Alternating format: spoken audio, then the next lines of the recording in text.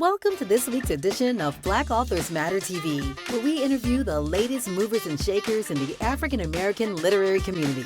You'll meet some old friends, discover new ones, and stay abreast of the latest book developments around the country and even the world.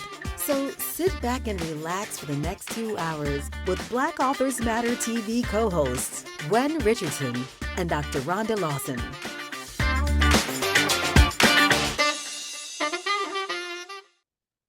Good evening and welcome to the latest edition of Black Authors Matter TV. I'm Gwen Richardson, your host for tonight, along with my co-host, Dr. Rhonda Lawson. Good evening, everyone. I'm not sure when we started doing that, but it's always the same every week. It can be consistent so people know what to expect. Anyway, we have another great lineup. We have some great shows coming up, including tonight. And of course, we have the National Black Book Festival coming up soon. It's rapidly approaching. So we have a couple of spots left. If anybody wants to sign up to be a participating author, publisher, or small business. We don't expect to have them long. I would say in a week or two at the most, they'll be gone. So I encourage you to sign up if you want to attend. And we're already getting some people confirmed for 2026, some of the featured authors. So our featured author lineup this year is excellent. Go on the website and you can look at all the people we have featured, and follow us on Facebook and Instagram because we're posting there as well about the featured authors, so you know a little bit about them and their time slots. Rhonda will be interviewing them, and she'll be also interviewing other authors at the event and just being an all-around amazing literary correspondent. I do it when I can. You do, and you do a great job at it. So we are bringing on our first guest, and she is someone that you may not know personally or have heard about her, but you know about her family legacy. And I don't want to mispronounce her first name. I think it's Alelia, but I don't know for sure. But Miss Bundles, if you can tell us how to pronounce your first name, welcome to Black Authors Matter TV.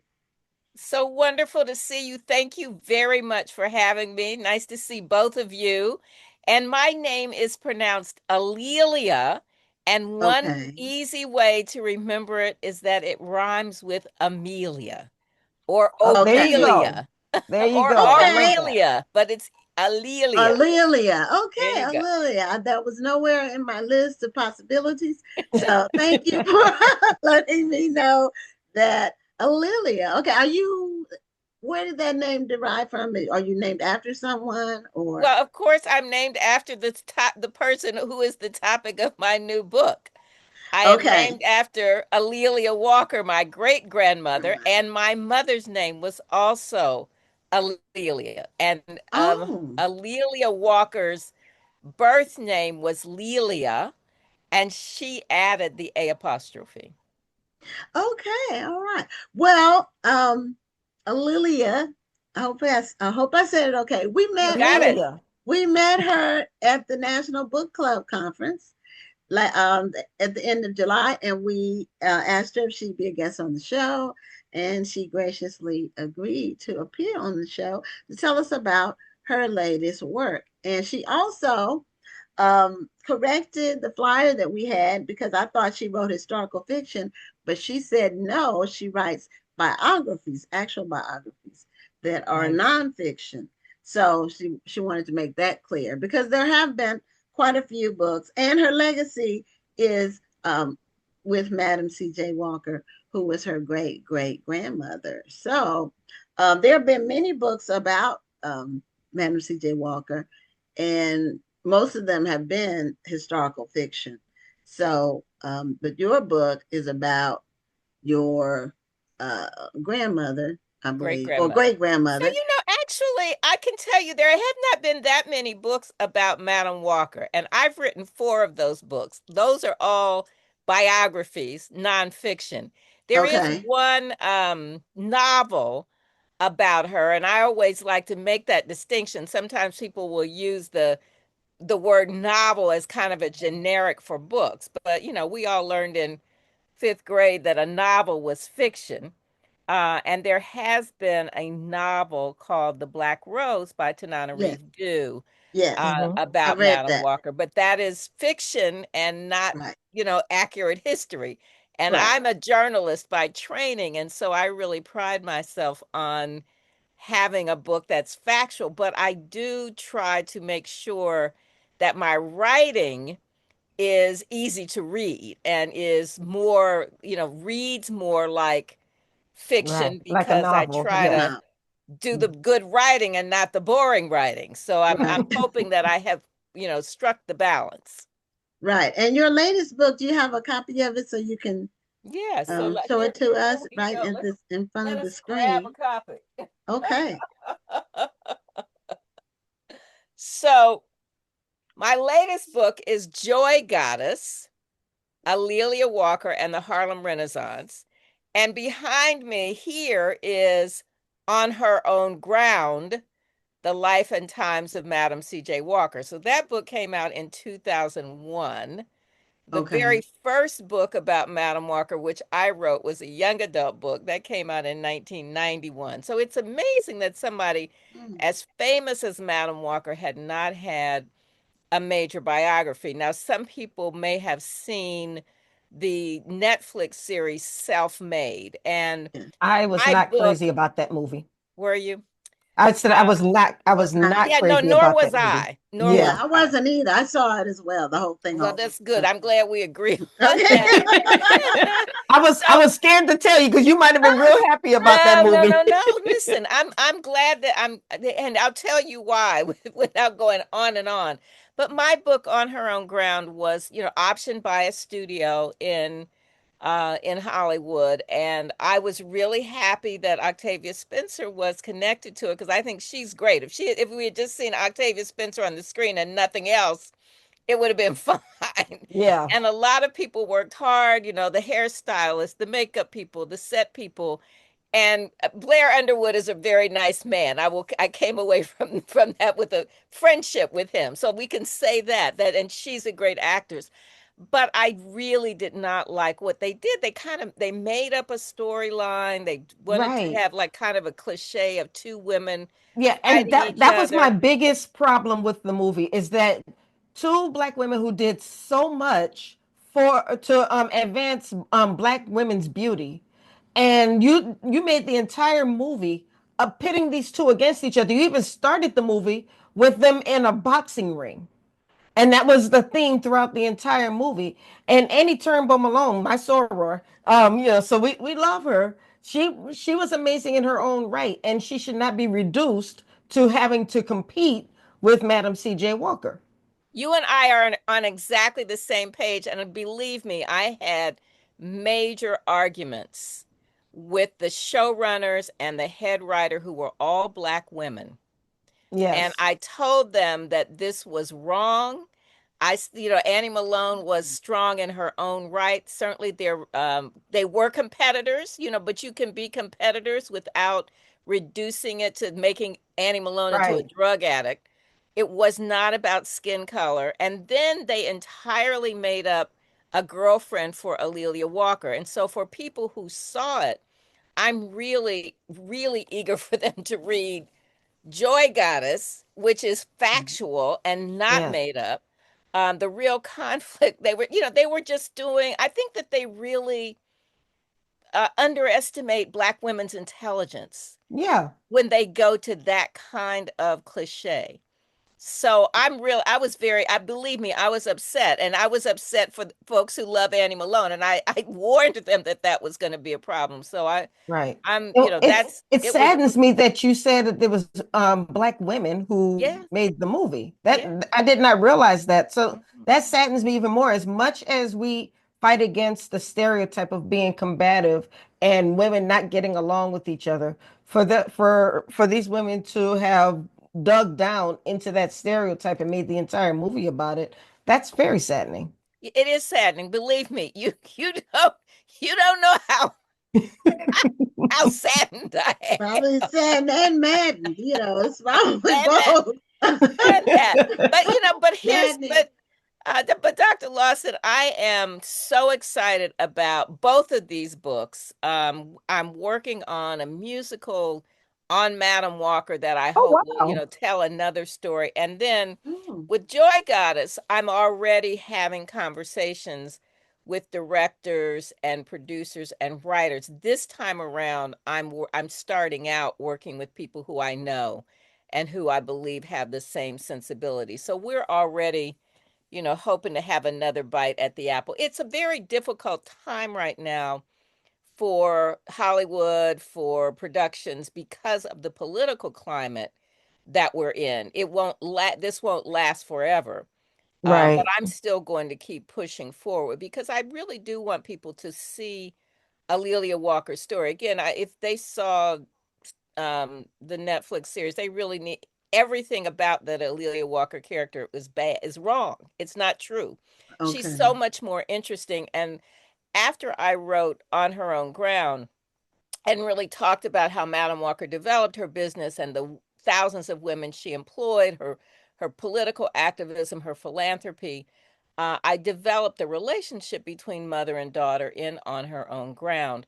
But A'Lelia Walker had a very interesting life in her own right. She was very much a patron of the arts. She was a central figure of the Harlem Renaissance. She traveled internationally. She went to Paris, London, Rome, Nice, Addis Ababa, and Ethiopia, where she met the Empress, Cairo. So she had a very interesting life, and she had her mother's beautiful homes, her mansion in Irvington, New York, her townhouse in Harlem, a small apartment. And she was really an iconic person of that era. Her dark tower, which was a cultural salon where the writers and artists and musicians and actors of the era gathered together with the politicians and the intellectuals and the other professional Black folks. So I try to create this world of Harlem in the 1920s, but also to let people know what an interesting person A'Lelia Walker is. So I really hope that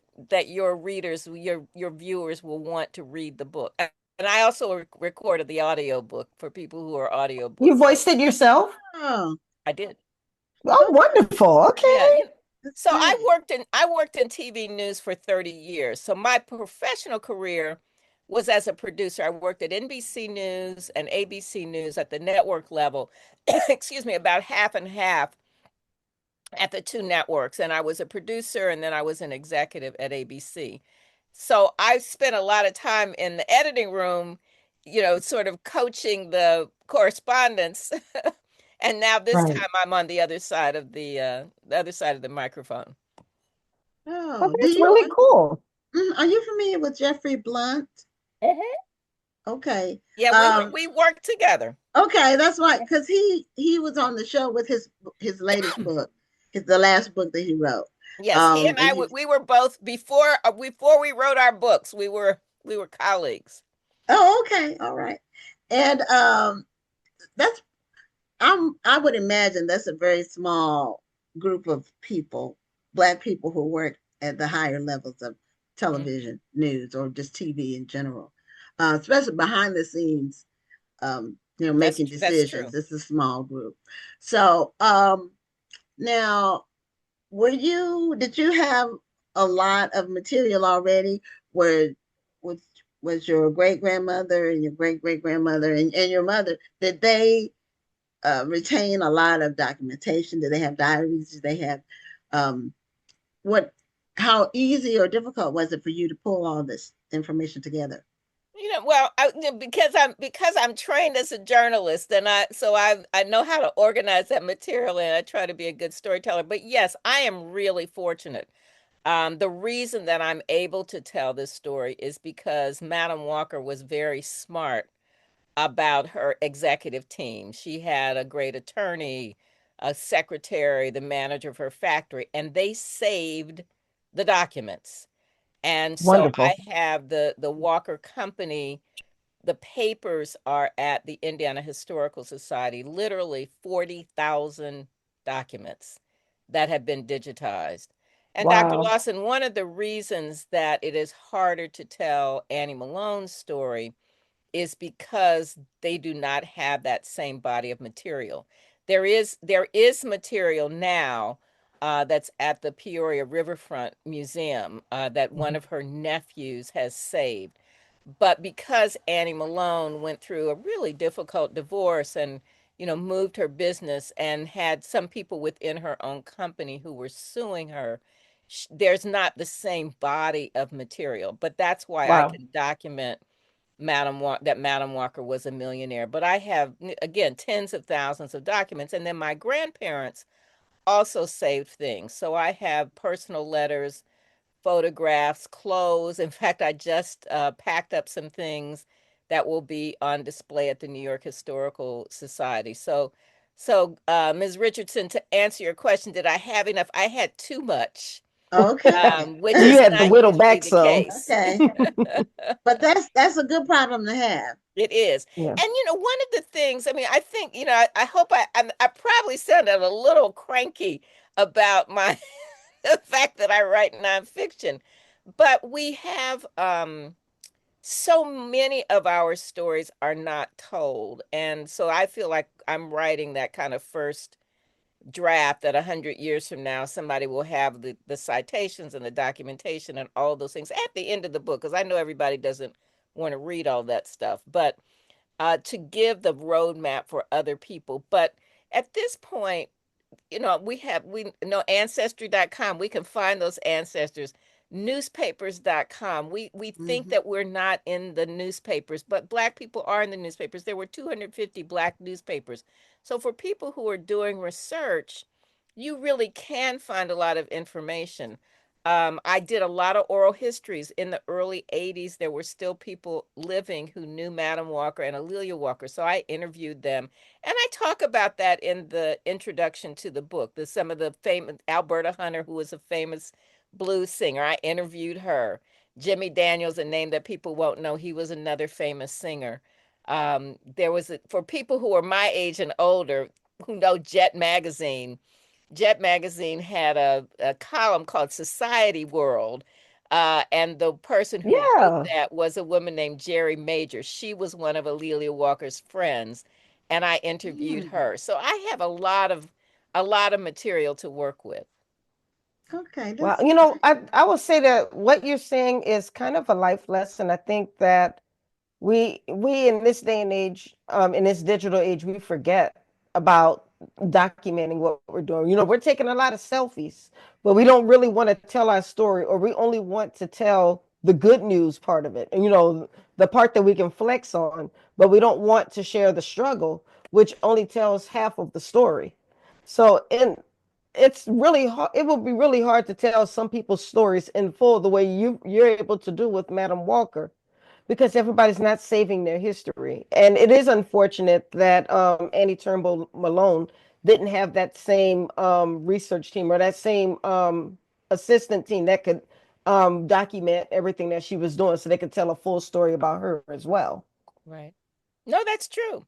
mhm. That's true. I mean, and I was in I'm on Martha's Vineyard a couple of weeks ago. I have a good friend, Juliana Richardson, who created something called the History Makers, and people can Google that, historymakers.org, I think. But she is just a visionary. And about 15 or 20 years ago, she realized that a lot of the really well-known Black people who'd made major contributions, that we were losing their stories. So she started an oral history, videotaping them.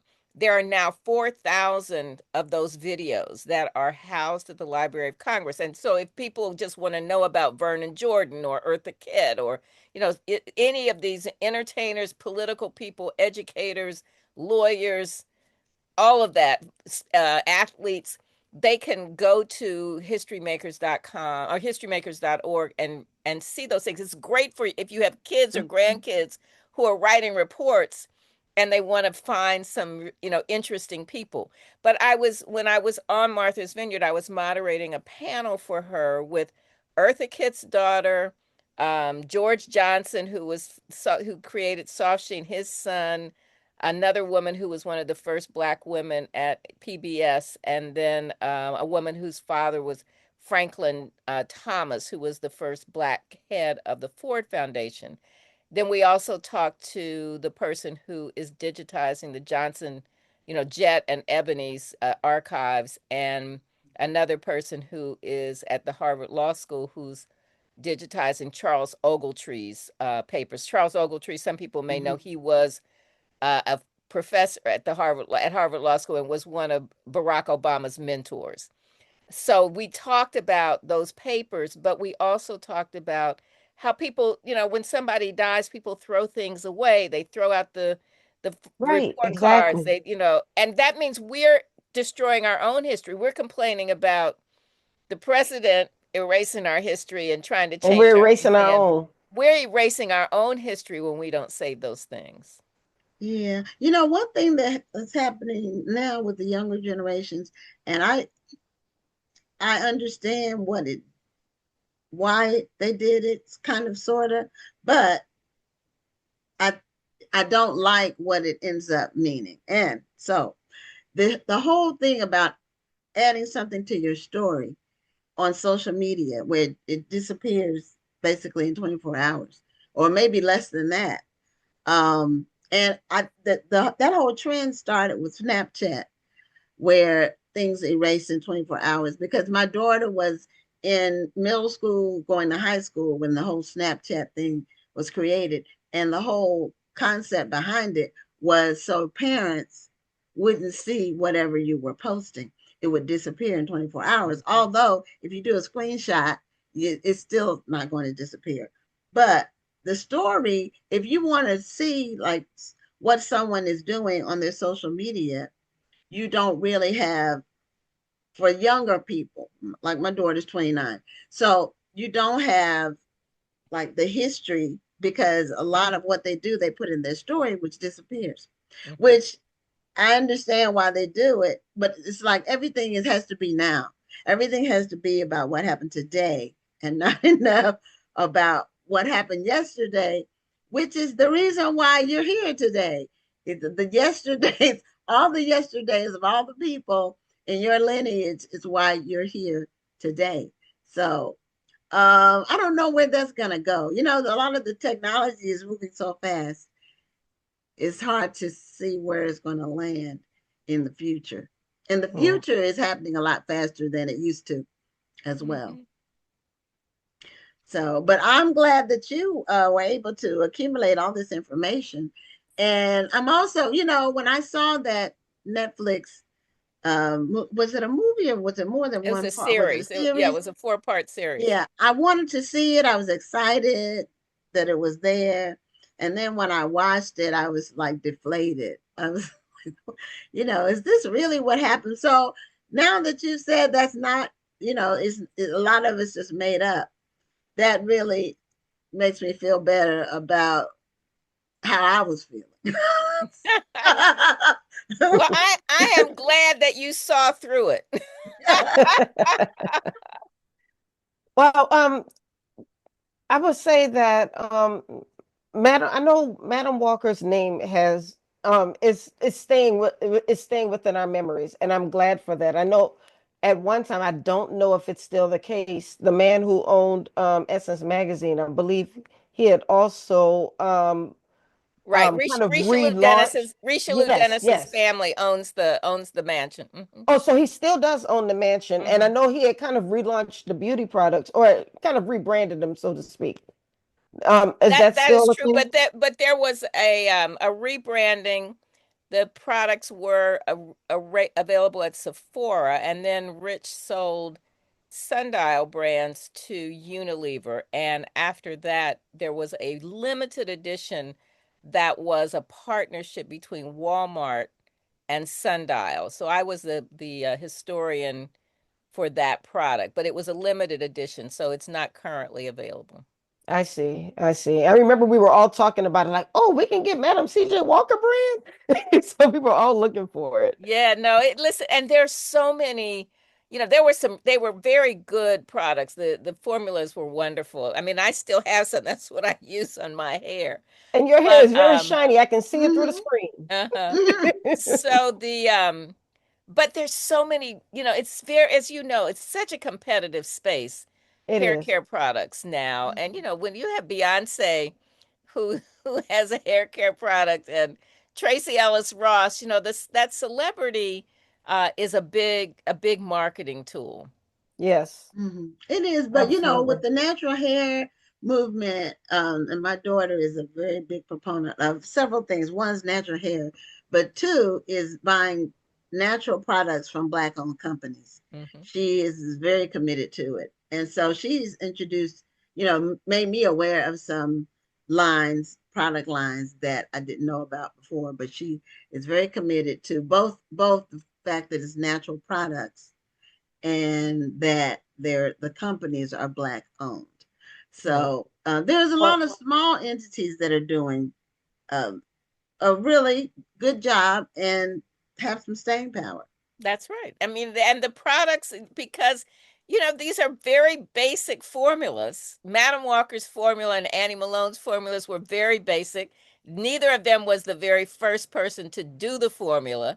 So there were products that were available long before either of them was born, and there were other Black-owned companies oh, now before you just Annie taught me Malone. something. So, I Hmm. see. You just taught me something. I thought that Like, Annie Malone had actually created that product. So no, that's the myth.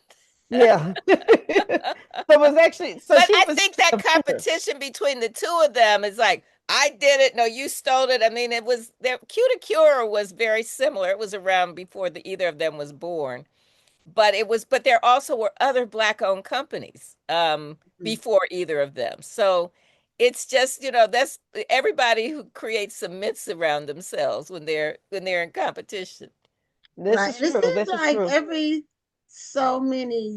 every generation maybe, but um, the Black hair business, that a lot of companies are created, and then as the owners get older and pass away, I don't the brands don't seem to live beyond that.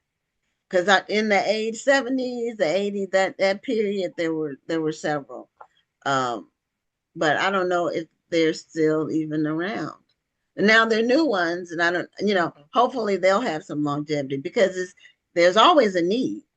Right. Well, I mean, I think it's like any other business. People create businesses, they build them up, they sell those businesses. I mean, that's really a more normal way that businesses operate. But I will say, just the sort of a quick capsule, that in the late 1800s, there were Black-owned companies. The Mr. and Mrs. Johnson of Boston had a company before Annie Malone or Madam Walker. Then Madam Walker and Annie Malone and Sarah Spencer Washington, who was the head of Apex, they were kind of the three big, well-known Black-owned companies owned by women in the early 1900s.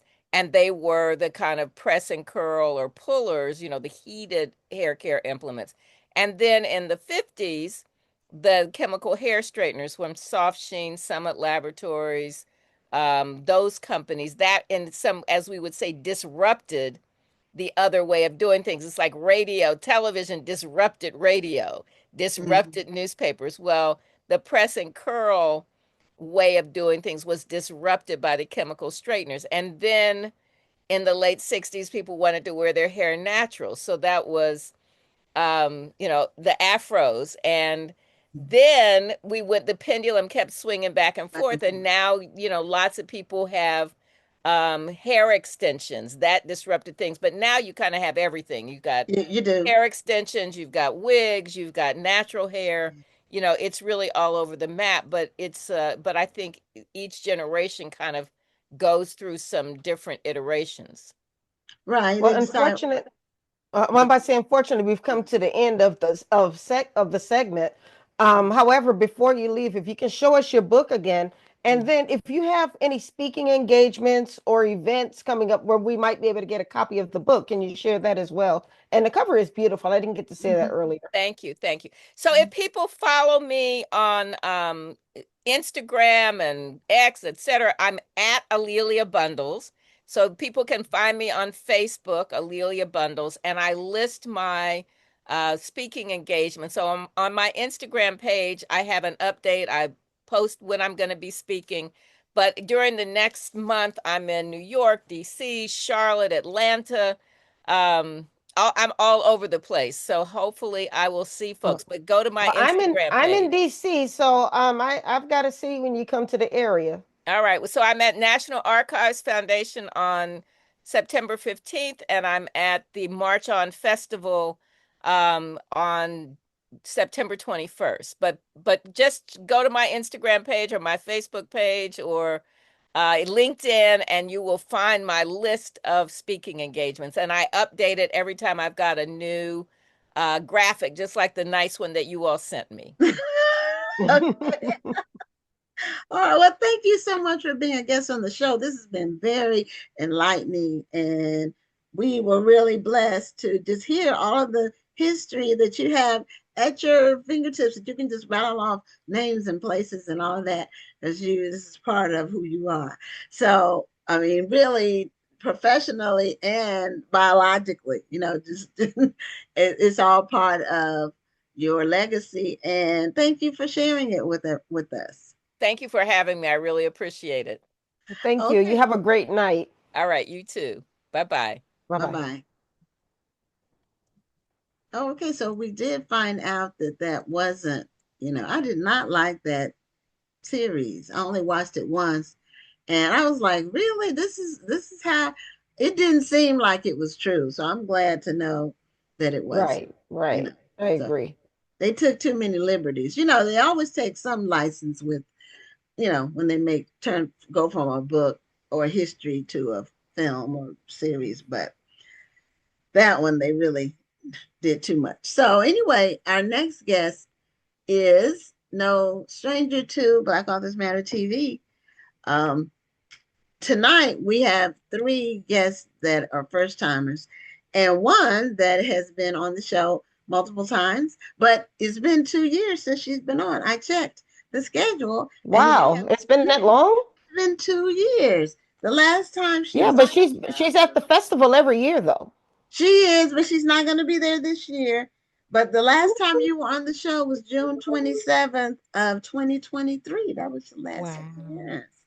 So time What is flies, the meaning of but this entice? What is the Hey, meaning? ladies, how are we're you? doing great. But you Wonderful. How are you? because your authors have been on for the last 2 years, and so Black Odyssey Media has been well represented on the show with several of your authors, and some have been on more than once if they've had um, two or three releases, Mhm. and things seem to be going very well. So we wanted to bring you back on so we can get an update about Black Odyssey Media and how's that going, and what are some things that surprised you that you didn't know you were going to be dealing with, if you can share them before you got started, and positive and negative. So just what's going on? Yes. Well, we turned 2 years old May Okay. 1st, May, 2 years old for Black Odyssey Media. And since our inception, we have published around, I want to say we're between 40 to 50 novels right now. And we have a nice slate heading into 2026. Some of the things that I probably wasn't as quite prepared for was some of the changes, in the publishing climate, as far as, the DEI removal, we've been impacted by that, as well as many Black brands. So definitely didn't see that one coming, but we pivoted and we've made some adjustments, and we're here. We're here for the long run. But we've had some exciting releases come out. We've had a few USA Today bestsellers. I recently just learned that we're actually one of the top printers as far as trade paperbacks with Kensington, our distributor. So in volume, I think we're doing well, given the circumstances as they are today. This is a very hyper competitive industry overall. So what we have done is, we've just basically have asked our authors, hey, give us grace. We're only 2 years old. It takes time. But I think that we've earned we've earned the respect of a lot of the authors that we represent, and including their agents, because we have not given up, even without as much exposures as we have had in the past. We still remain visible, and our social media managing team, our oh my God, our fans, our supporters, our reviewers, they have a lot to do with it, my team as a whole. So we're excited. Well, congratulations. You've done a lot in 2 years. Yeah. And I would tell you, I really appreciate you were actually one of the sponsors of the Black History Month Literary Weekend last year. And I don't know if you got to see any of it, but it was beautiful. And the young people you awarded the scholarships to, they would have made you proud. I'm excited. I'm glad to hear that. Thank you for having me, Rhonda, participate. And if we could do more, we'll do more. All right. Well, I'm gonna keep you That's to the that. I'm goal. gonna be emailing you. That's the goal. That's the goal. I told you I'm from Dallas, Texas. I want to see more of that. Some more of those type of opportunities open up. So you just let me know when. Wonderful. Well, like I said, congratulations. This Thank you. um to have, I think you said 50 books We're between 40 to 50. I have to in two count, but years. in 2 years. Yeah. That As is of May. amazing. Yes. What do you attribute that success to? I know you said there's a lot that you're learning, a lot of things that you're fixing. You're asking your authors to have grace, but just the amount of books that you've been able to publish and the things that you've accomplished in those 2 years, what do you attribute that to? I want to say it's our love for the art, the craft, the story. That's my thing, is getting as many stories out as we can. Another thing that I think that I can attribute to that would be the retention. Many of our authors have done more than one deal with us. Many of our authors that had only done one deal had decided to come back. So as far as author retention, I'm very proud of that. Many of our authors who have agents do more than one deal with us. So multi-book deals, we're able to secure high volume projects. We're also able to see authors who are on the indie side and allow them to come in, have a little bit of creative control in that aspect. Sorry, you guys, I have itchy throat. But just allowing them the freedom. And a lot of that also comes with me being an author as well. Yes. Me knowing, the ropes of how that is. And when authors tend to cross over into the traditional lane, they need a little bit of hand holding because it's unfamiliar territory, as we know. And I've been on both sides. I've been independent, I've been traditionally published. So I'm able to kind of walk them through that transition and just the transparency in it all. I think that is what has kept a lot of our authors around and why they continue to publish with us. Yeah, what I hear from authors who, when they come on the show or just in talking to them, that went from independent to traditional, the thing that most of them say that gives them the most pause or challenges is the deadlines. So they're Yeah. not, because when you're independent, you can publish when you want. And if you like, for example, I had a book I was planning on doing this year, but now I've decided next year is when it is. So if I was with a traditional publisher, I would have had to just, soldier my way through. Might not even been my best work because, I would be like pressured. I don't write Yeah. well under pressure. Yeah. I have to be inspired and then just like start. Yeah. This Yeah. this is why I have not pursued a publisher. Yeah. I look, my publisher would fire me if I got a traditionally published. Yeah. Well, but the thing is though, is I want to say we don't extend our authors. We don't overextend them. We actually now we had to shift from that because in the beginning, when we first started, we were acquiring quite a few authors who hadn't written those novels yet. So in good faith, we were like, come one, come all, we'll publish your story. Well, a little bit of that backfired because I have multiple schedules that I have to, adhere to. And what that does is it creates a domino effect of things getting pushed behind when the titles aren't being, submitted on time. Right. So yes, with that, we've had to kind of tighten up some things and change our acquisitions process a little. And we now require that the book be at least 75% finished. Okay.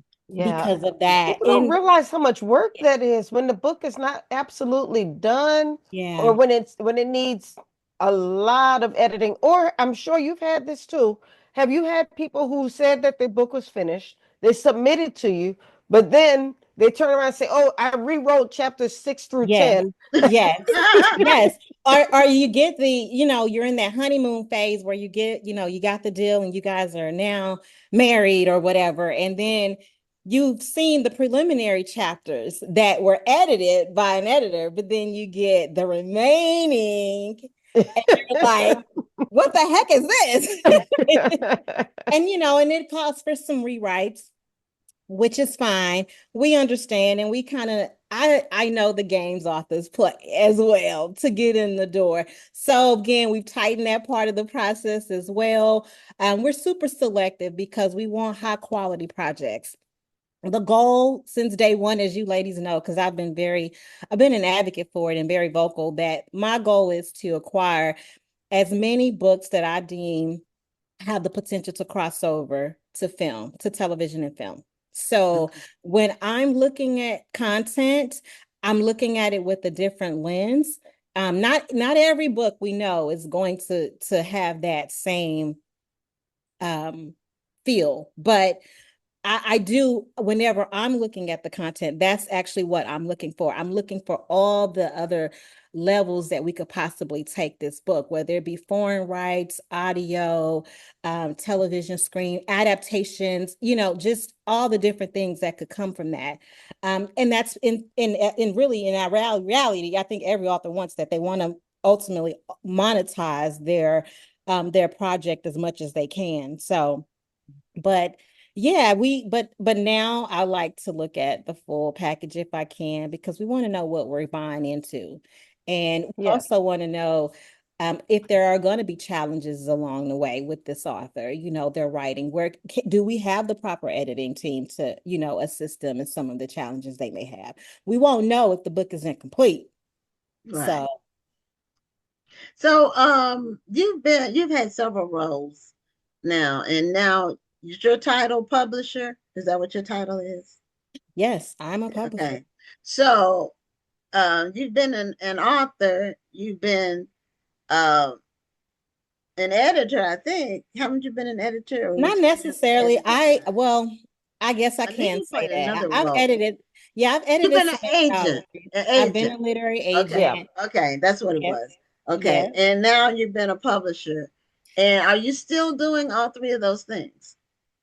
I'm no longer a literary agent. No, I had to hang that hat up. So I Right. hung that hat up when I crossed over into publishing. Now, there Right. are still a few clients of mine that I did decide to, basically still work with. Not that I agented them, but those are still books that are still doing well that we've been able to do other deals for. So, and they wanted to, have me involved in that particular process. But no, I'm no longer an agent. That would be too stressful trying to manage, Yeah, there might be a conflict of interest too. I would imagine so, but I don't Yeah. want to speak too soon because I have heard and have seen, some juggle both roles. Okay. I'm not one of them. Juggle being a publisher as well as an agent. Yes, Yeah. yes. It's just interesting that you say that. I talk about this all the time, but a young lady on TikTok said that she felt that an author cannot be an agent because it's a conflict of interest, because she feels that the agent will be too busy promoting her own book and not promoting her client's book.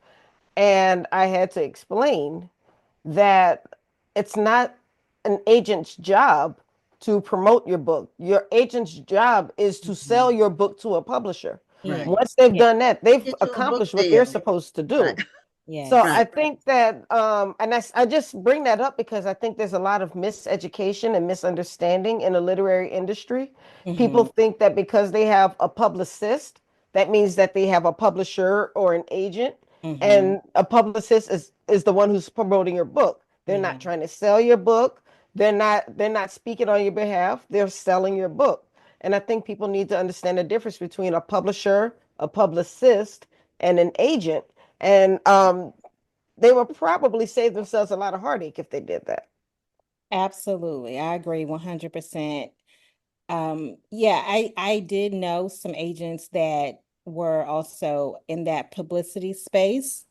Hmm. And again, I applaud them because it's a lot to juggle. And that wasn't something that I wanted to sign up for. You know what I mean? Because you'll find yourself managing all those tasks, and I just feel like you're going to be sacrificing. Yes. Something's gonna give. And for me, when I was an agent, I've agented over 100 titles, many of them were urban fiction titles. And I devoted my time to just focusing on that lane. Okay. Mhm. Yeah. Because then you know what the publisher is looking for in that lane. You know, because publishers tend to not break new ground, so to speak. They like Yeah. to go with what's been working. And if somebody's breaking new ground, it's normally an independent person that breaks the ground. And then the publishers see, well, this can work too. And then they start releasing books along those lines. But because just about all the genres with Black authors now that have really made a name for themselves, they blazed the trail. They were like urban fiction wasn't a thing until the late 90s. Right. Although you had people back in the day like Iceberg Slim, people were writing books back then, but it Mhm. wasn't considered urban fiction. It was I don't know what they called it back at that time, but um, it was, it kind of took off. And then they started just like signing people left and right without even considering whether the material was that good. Then they pulled back. So it's like they threw a lot of money at it Mhm. for a couple of years, and then they pulled back when it didn't go, it wasn't done thoughtfully. So Mm. I have a question. You said the DEI, elimination has affected you, and it's something that people may not be aware of how it does affect different industries. And so, in what way has it affected? Is it people not acquiring as many titles? Is it, I mean, but like bookstores not taking in as many books, or what is the effect? So, well, I can speak to it in a couple of different ways. From a publishing standpoint, the DEI, how it's impacted Black Odyssey and many other publishers that represent, AA fiction titles, is that with the removal of that, we don't have that designated shelf space. You know how back in the day, Walmart had like some designated shelf space for African American titles. Well, Mm-hmm, once that went into effect, where they decided to remove that, we now share the space with the general population, if that makes sense. mm-hmm, So back then, it was like, I mean, this is me giving you like a scenario of what I think it was like back then. From my guesstimation, maybe 30 titles we would normally see in a store of Black titles. So you knew without a shadow of a doubt you were gonna get at least 20 to 30 books on your shelf if you were in an area that served predominantly African Americans. And so when the DEI happened, we saw all of that stripped away. Mm. Okay. And we have proof because we were one of those, even as an agent, we were taking a lot of pictures of the shelves around that time, really highlighting our authors that were getting on the shelves. So I have proof of what it used to look like. And so to see it go from 20 to 30 titles on a regular basis to, I mean, you're lucky if you see two now, 2 to 3 books. And so that's where we're at. And how it's impacted us is that, again, like I mentioned, we share with the general population of books. So that means we now have left shelf space devoted to exclusively African American content. But we're also now, the adding factor to that is book talk. So book talk are going to be like your best sellers, the ones that are, like I think you mentioned earlier, Gwen, those indies that are creating these lanes and some of the niches, you know, the niche markets. So now with book talk having these trends and creating these bestsellers overnight, well, some of these big box stores are like, we want those books on our shelves. So if you notice, when you go into Target, you see a lot of those. You actually see a designated section exclusively for book talks.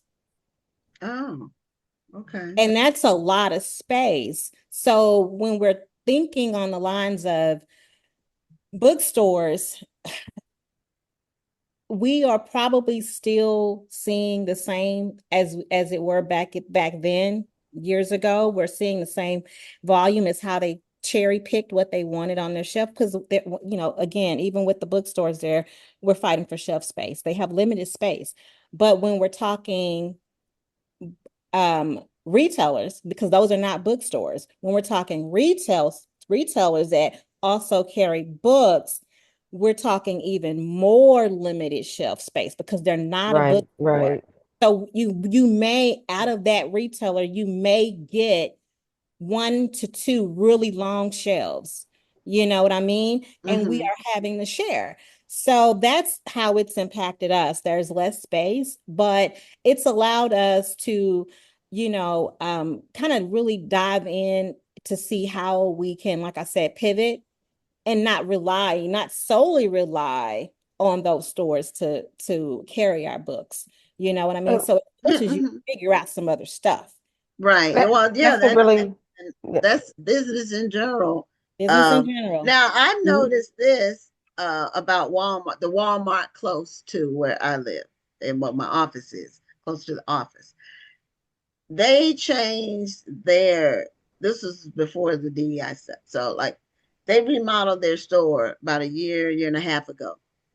And the books used to be close to the front of the store. And they put books all the way in the back. And when I say the back, it's so far back in the back that you would have to be a committed book lover to even search it out. And that's all the books. I don't know. Yeah, they're back there near the electronics. Yeah. They moved all the media towards the back of the store. All the media.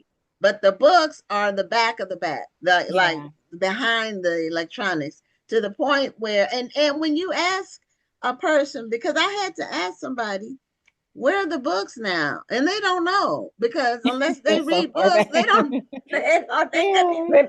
read either, so they wouldn't know. Well, and that's to my point too, because it's not a bookstore. You know what I mean? Right. It's a retailer. So that's what I'm saying. Back in the day, we've had this luxury of just going into these retailers and just being able to buy books. But in reality, on the business side, when we're looking at things and we're diving into things a little more, we're like, well, dang, really, that was just, we had a little bit of privilege in that sense because they're not a bookstore. That makes a lot of sense. That, you know, a lot of people want to hang their hat on, oh, my book is in Walmart, my book is in Target, but or even my book is in at the PX and the military installations. But these are not bookstores, so they're not going to carry a whole lot of those books. Carry a whole lot. And I'm so glad you bring that up, because that's actually a point we have to constantly remind some authors that come in with those expectations. You know what I'm saying? They come in with the expectation of, you know, not calling anyone out, but we have had conversations where we've had authors say, well, you know, my books aren't in Target, but they're in Walmart. You know, why are we upset about that? You should be, you're fortunate. You're fortunate. Hello, you're fortunate, you know, or and you're not supposed to be shopping at Target anymore anyway. So don't be worried about Target. I mean, it's been bananas. So when Gwen asked me, what have been the goods and the bad, that's some of the ugly stuff. We've had to have hard conversations, and we've had to have those heart to hearts with authors that have had like really high expectations of where they want to see their book. And I'm like, I go in now with them, with the conversation being, well, what do you envision for this, for your novel? Where are you placing it? Because if Walmart is the goal, let me let you know right now where we stand with that, just having those earnest conversations. But I am excited that Walmart, I did learn this recently, that they are still dedicated and committed to, African American representation. So we actually just got a few pickups for this later this year. So hopefully we'll see more. Well, It's they something should, to because have. the Black consumer is a big part of their customer base. Yeah, So I they agree. ought to be I committed, do agree. So Yes. Yeah. um Well, we only have a few minutes left. I did want to ask you a quick question though, since we're talking about pivoting. How has, and you can take maybe a minute or so to answer this, but how has AI played a part in how you've had to pivot with your company? Woo, my acquisition editor and we actually just talked about this. AI has played a role significantly in how we acquire titles, how we review them, because we have had a lot of books submitted that were AI generated, and we can tell. So we're starting to pick up on the characteristics of the story, how Oh yeah, I can um tell AI when I see here. AI writing. Yes, it's very scary, and we have seen a high volume of those submissions. So I definitely want to let you know that there is a lot of that happening. We've had to actually put on our website that we prefer, human created content, Mhm. not AI generated necessarily, because the authors tend to rely on it so much, and it starts to cripple their writing. It cripples the Well, creativity. I went to the U.S. copyright website, and they do accept AI generated books. However, it can only be a certain percentage. The Hmm. high percentage of it still needs to be touched by humans. Hmm. And when you have read so much AI like we have, we Yeah, know AI when we see it. So if yeah, you're going to use it as an assistant, which you should be using it as an assistant, not a replacement, you've got to go back through and edit that yeah, work. And yeah, you've got to make sure it's telling you the truth, because AI can hallucinate. yeah, well, yeah, I absolutely. can give you it's just an accumulation of what's out there. And so that doesn't mean what's out there is true or even correct. A lot of Absolutely. times it's misinformation. And if you don't use your own discernment, you won't, you have to research. As Rhonda said, you have to still do your work. My other friend, Rhonda, the other Rhonda, it's two Rhondas that I want to work with. She teaches at community college, and she said what they started seeing was when people would turn in papers, they were using AI, and the Mm. paper would be like 8 or 9 of them would be the same paper. It would be the same. Yes, yes, I because mean, it tells you it will spit out. It can spit yeah, out the same thing for another yeah, user. That's yeah, in Mhm. that fine print. So right. You So know what? people I need to tried. be smarter. I asked Listen, AI to write my first two chapters of my book for me because I wanted to see what it would give me. yeah, I read it. okay, I'm like, ugh, I'm not writing that. and your name is on it, Yeah, I'm like, oh, I don't know. We won't Mhm. be turning this in as mine. Yeah, yeah, you got to be mhm, careful. Again, you using it do as an assistant, I think is okay, even to kind of help you with some copy editing. Right. But to use it as to for solely content, use it to replace, what normally you would write, I don't think it's a good idea. And like I said, we can pick up on it, and we just send the writer right back into revision mode. So right? And what you're I've like done, rewrite time. yeah, what I decided to do is I'm to stay away from AI as far as my writing. I don't put anything out there. I keep it on my own computer or my tablets Hmm. because I want it to be original to me, Yeah, what came out of my brain and my heart. I don't want it to be what somebody else cooked up.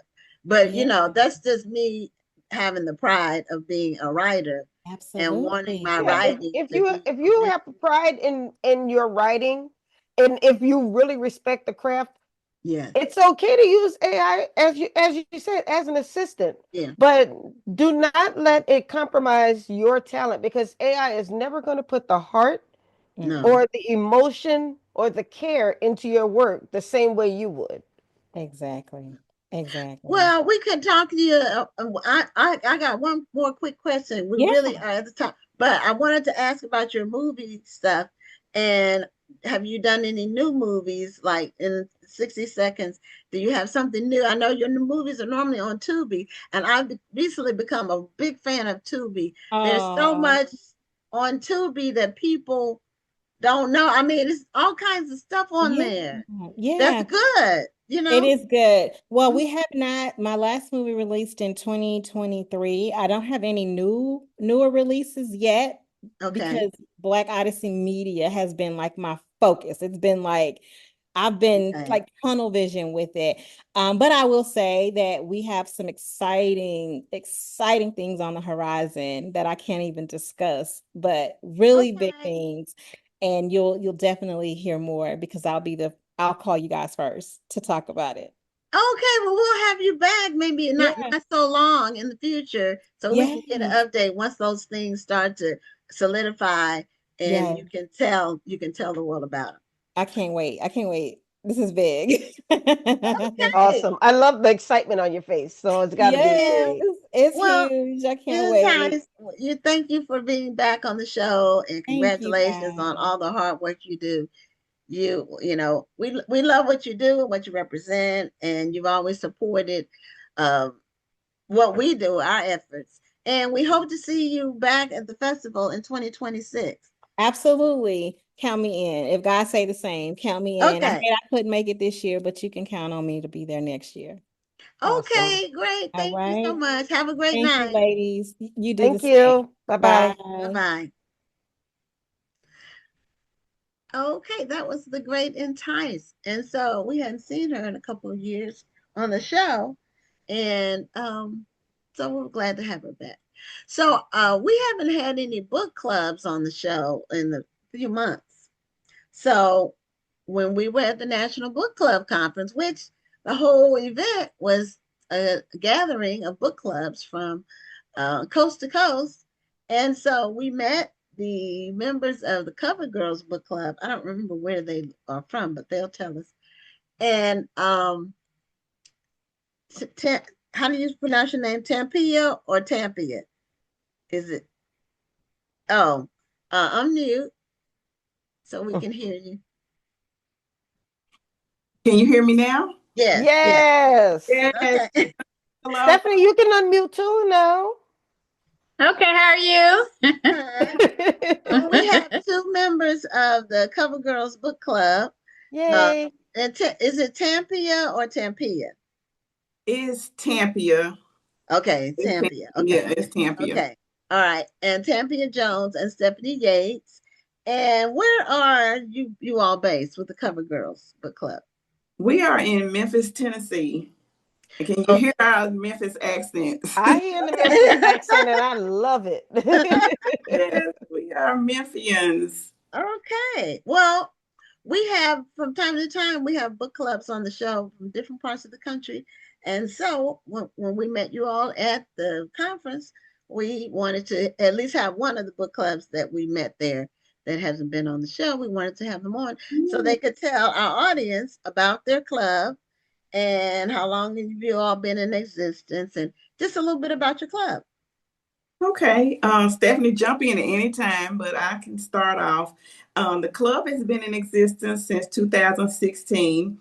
I joined in 2018, and let's see, I came to one meeting, and then tragedy struck my family. I didn't come back, but these ladies just kept reaching out to me saying, it's okay, we're not going to put you out of the club, take your time.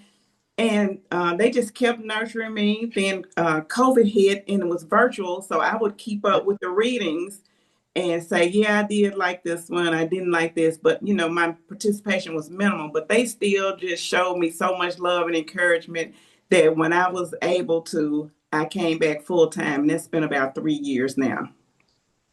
Okay, what about you, Stephanie? Well, I joined, like you said, around 2016. One of my co-workers, Barbara Morgan, invited me to participate in the book club, and I hadn't been a part of a book club until she invited me to be a part of it.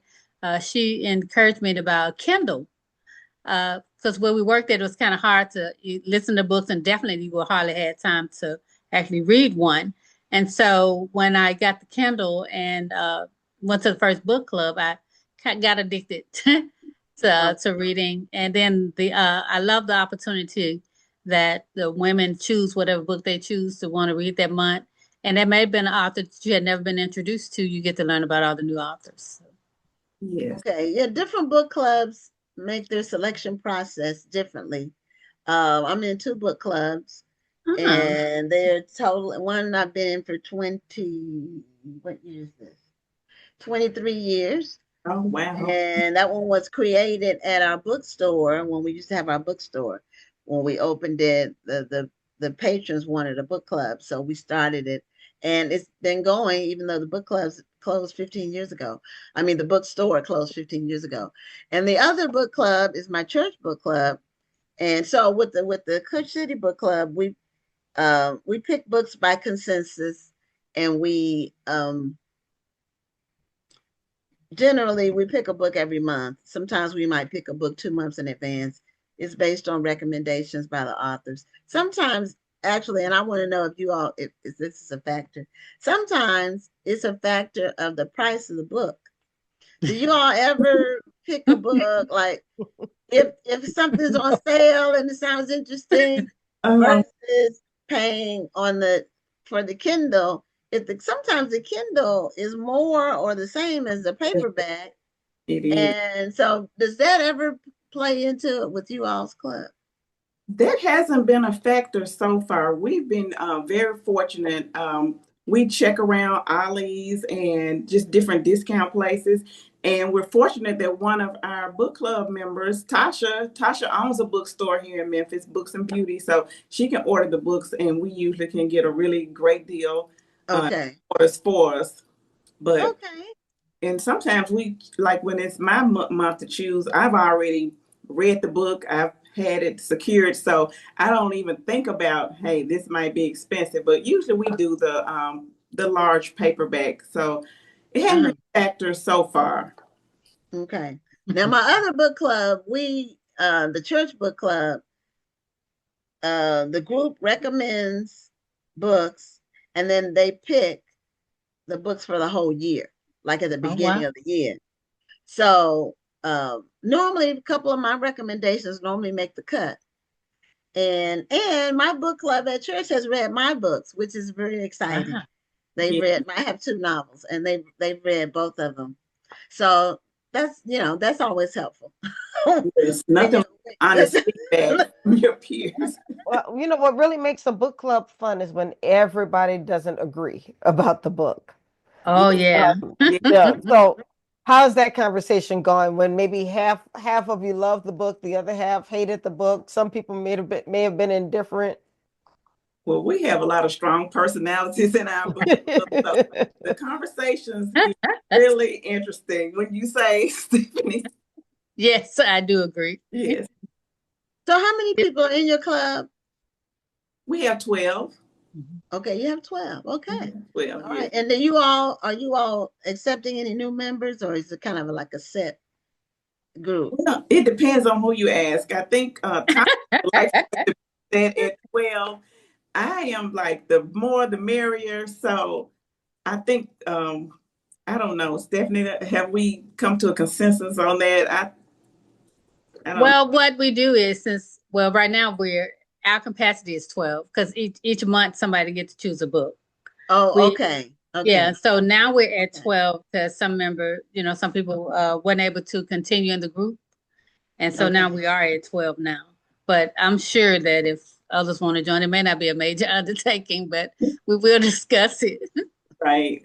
And they have the right fit, the right personality, Yeah. or just somebody who mesh, because we're a really good group right now. So, we just have to think about it, see who it is, see if they fit with what we're trying to do, and see if it'll enhance the book So club. there's a vetting process, is what you're saying.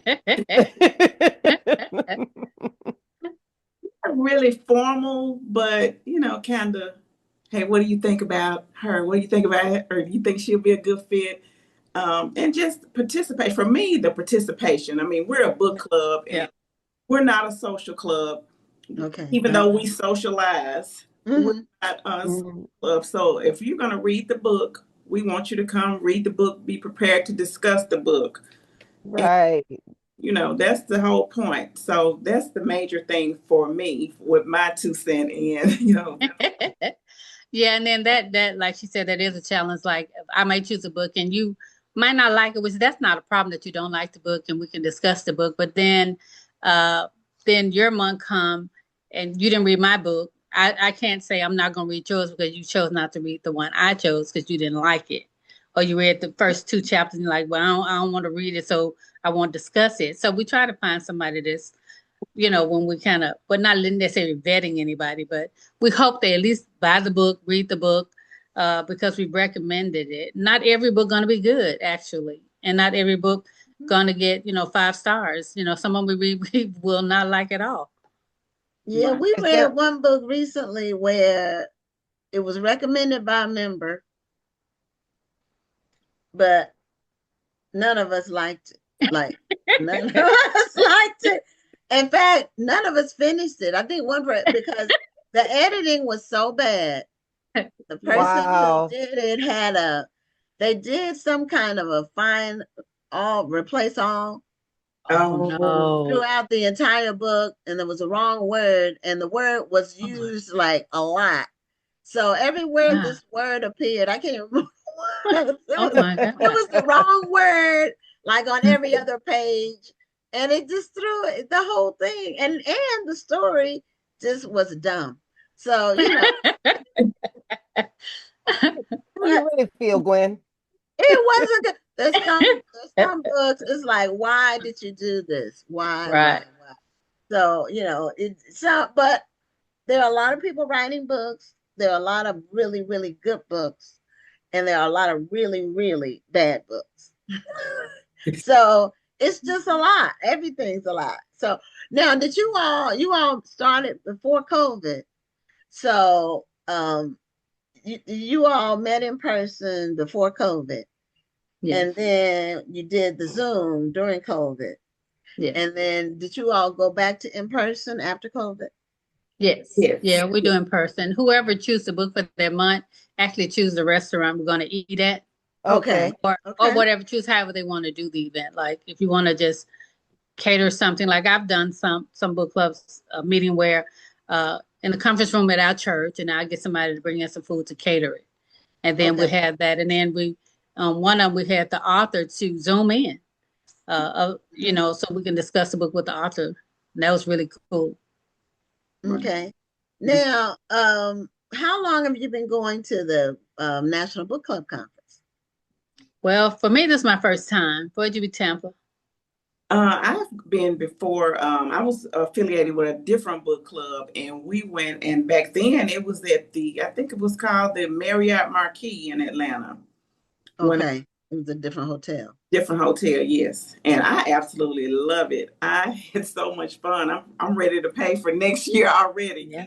And no, he gets a lot of people to sign up as soon as the event is over for the following year. Yes. And this was my first year at the conference as well, and I just really enjoyed meeting the book clubs and just seeing the camaraderie amongst the book clubs. And I love the fact that it's not just about books. I mean, it's like a sisterhood. You do a lot of community service. And just what you do for authors is amazing. I mean, it is very hard for an author to do what we do without support from people like you. Yeah, it was both of our we had our table, our vending table, and it was the first time for both of us. So wow. We've been in the book business, book industry for over 20 years. Both of us have, but we just had never gone. And I've known Curtis in fact, Curtis will be on the show next week. So, wow, tune okay. in. Yes, be sure to tune in and see Curtis. Yeah, he's the 7:30 slot, I think. Yeah, Okay. he's the 7:30 slot. Which is are you all on Eastern or Central? We're on Central Time. Okay, so it's a 7:30 slot next week. But I've known him for many years, like 20 years when he first got started. So, but I just had never gone. And then a couple of times when I would inquire, it was always I waited too late. So it was always sold out. So this last year, I contacted him in October and asked him about having a vending table. And he said, well, I'm almost sold out. So then I went ahead and signed up right then. But we do plan to come next year. So we'll hopefully see you there if you all come. Yes. Will y'all get a chance to speak? I mean, or have where. Well, Rhonda is looking into doing something, speaking. Okay. I'm not looking into that for next year. I just want to be there again. But at some point, I may. It just has to be a topic that she has a great topic. Did you hear? Did you hear from him? Did you send your proposal yet, Rhonda? No, but thanks for the reminder. I do need to do that. Your topic. Yeah, I have a few different proposals that I'm gonna send him, and I'll see what kind of works with what he would like. Okay. That's what I do. I like to do workshops. So hopefully I get to see you two next year. Oh wow. Yes. Would love it. Yeah. So how do you all pick your books, and what types of books do you all like? Is the particular type? Do you read fiction, nonfiction, biographies, motivational? Do you have a certain type of book you all like to read? We read a little of everything. It's mostly fiction. But this month we read Inner Excellence, which was like a self-help nonfiction. But we read Kennedy Ryan. We just read everything. We read poetry one month. We read Nikki Giovanni. We read her collection of poems.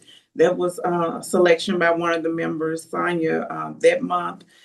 And it just depends. And what I really like about it is we get to see the personality of our members by what they choose. Like, I can see why she selected that book. That kind of resonates with her.